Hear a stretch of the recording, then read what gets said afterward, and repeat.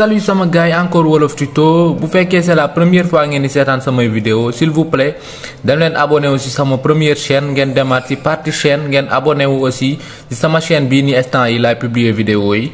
Mais aussi voilà quoi, parce que sama chaîne bee wax naa leen lan moo ci xew instant bi mooy YouTube dama bloqué pendant 2 semaines car dama doon wane nan la ñuy connecté woo gratuite. Alors c'était pas cool de la partie de YouTube, mais bon ça va, on va faire avec. Quand même créé naa beneen chaîne pour mën a wax affaire kii voilà. Bu ngeen demee partie chaîne vous allez voir tous mes vidéos voilà de la nouvelle chaîne. Surtout bu leen fàtte abonné wu, ngeen activer cloche notification yi, ngeen bës tout. Ok gars yi, tey vidéo bi tey dañuy wane nan la ñuy defee retrait on again. Tout d'abord retrait on again bi bu ñu koy def dañ koy njëkk a def mu dem ci suñu wallet. Alors gars yi, restez attentivement et suivez la vidéo jusqu'à la fin. Voilà, seetaan leen vidéo bi ba mu jeex. Léegi nag comme que ñun Trust Wallet la ñu am habitude utiliser, léegi moom la ñu utiliser tey ci vidéo bi. Voilà, lii nag ay tron ñoo nekk ci Trust Wallet bi, mais bon tey nag dañuy dem acquérir ay jump task mooy yi ñu gane ci suñu on again. Léegi nag pour le moment nii instant bii nii bu ngeen xoolee bi compte bii nii amul dara, juste dama ko créer noonu pour wan leen ko parce que yéen normalement seen compte nii la war a mel. Bu fekkee yéen a ngi koy doog a créer, yéen a ngi doog a jël on again, bu ngeen duggee ci description bi naa fa bàyyi lien bi directement. Après loolu noonu bu ñu ko defee créer compte bi ba pare directement ba def li ma leen waxoon activer jump task bi, lii la leen di laaj. Voilà, léegi da leen di wax lii après ngeen ñëw bës let's start. Bu nekkee ci téléphone wala ci yëpp même chose bi la. Léegi comme que ñun Trust Wallet la ñu yoruñu MetaMask, bu leen neexee ngeen jël MetaMask. Bu fekkee MetaMask wallet ngeen bëgg a utiliser, mais seulement bu ngeen ko maîtriser. Léegi nag comme que ñun Trust Wallet lañ yor, fii la ñuy ñëw cliquer wallet connect. Right now dañuy ñëw bës ci attendez, xaar leen, je suis vraiment désolé, xaar leen. Léegi nag fii la ñuy bës, gis ngeen ci paramètre bi iPhone ak Android yëpp lay dox. Léegi nag bu ngeen bësee ci paramètre bi ngeen gis ngeen fii wallet connect, moom ngeen di bës, ngeen bës new connection. Après ngeen ñëw scanner code QR bi cak mu laaj leen ngeen connecté ak on again, ngeen bës connect. Gis ngeen automatiquement ñëw na fii. Léegi nag fii pare nañ fi.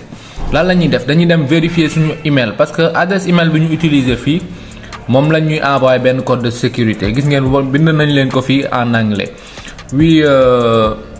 We have sent a verification code nanani nanana etc. Voilà, léegi nag bu ñu demee suñu adresse suñu compte Gmail rek dañuy dem attendez. Du compte Gmail bi du compte bi. Léegi bon xaar leen ma dem connecté beneen compte bi mu nekk nii parce que voilà vite fait on again jok.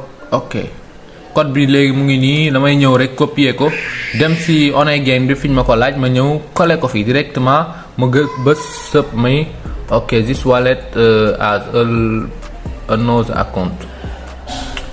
Bon nee na wallet bi connecté naa ko ci beneen compte, mais bon c'est pas grave. Alors damay dem jëli juste compte boobu noonu, damay bës log out dem connecté compte boobu noonu. Voilà, xam ma ñëw bës disconnect, ma ñëw connecté compte boobu noonu vite fait. Attendez ma jës ok compte Wolof Tuto bi laa ko connecté, c'est vrai parce que wallet bi benn wallet bu nekk ak benn compte. Voilà, léegi nag bu ngeen kiiwee ba pare bu ngeen bësee foofu noonu ba pare comme ça nii lay nekk, ngeen bës ko nii directement. Après da leen indil fii ne leen connecté na ba pare. Léegi da ngeen di bës jump task dashboard, foofu lay indi seen jump task yi. Léegi nag da ngeen di ñëw fii ngeen bës wallet connect. Wallet connect bu ngeen fi ñëwee benn même chose da ngeen defaat, da ngeen def news connection, ngeen bësaat ngeen def nii, dina leen laaj gis ngeen waiting, ngeen xaar, mooy ngeen xaar affaire bi connecté wu. Voilà, léegi xam nga def new connection parce que des fois affaire bi day yéex ndax connexion Orange bi moom temps yi dafa yéex trop sax. xaw ma nag c'est dû à quoi, mais ils ont intérêt à revoir leur service parce que nit ñi dañuy fay aussi seen xaalis. Voilà, bon comme que ça rame et moi je déteste que ça rame, du coup damay reprendre daal même chose bi, bësaat new connection def nii ok.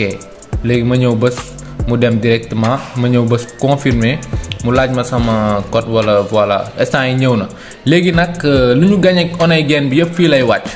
léegi nag bu ko defee lu ñu gagné Oney game bi yëpp comme que fii lay wàcc buñ koy retirer ci Trust Wallet bi balaa loolu dañuy dem gis ngeen dañuy dem ci suñu portefeuille ba pare ñu ajouter tokenu Jump Task bi dañuy ñëw ba Jump Task ok mu ngi nii GM rek boo ko bindee da lay indil Jump Task voilà léegi nag lu ñu gagné rek day ñëw fii nii léegi nag naa leen wan nan la ñuy def ba retirer ko mu ñëw directement ci Jump Task yi mais duma utiliser nag même compte bi parce que bii amul dara ndax gagné wu ma fi dara gis ngeen 0, nangam sangam dollar bii léegi nii laa ko ubbi pour juste wan leen vidéo bi léegi nag bon pour gagner nag vite fait da ngeen di ñëw installer application yi boo bëggee installer application Oney Game ci ordinateur bi da ngay ñëw nga bës download app nga choisir bu la neex ça dépend bu dee Mac nga yor wala Android wala Windows wala iPhone wala Linux voilà pour ñu comprendre nag ay Linux yooyu voilà léegi nag gis ngeen xaaral leen ma arrière parce que fii nu ma ko bësee dafa gaaw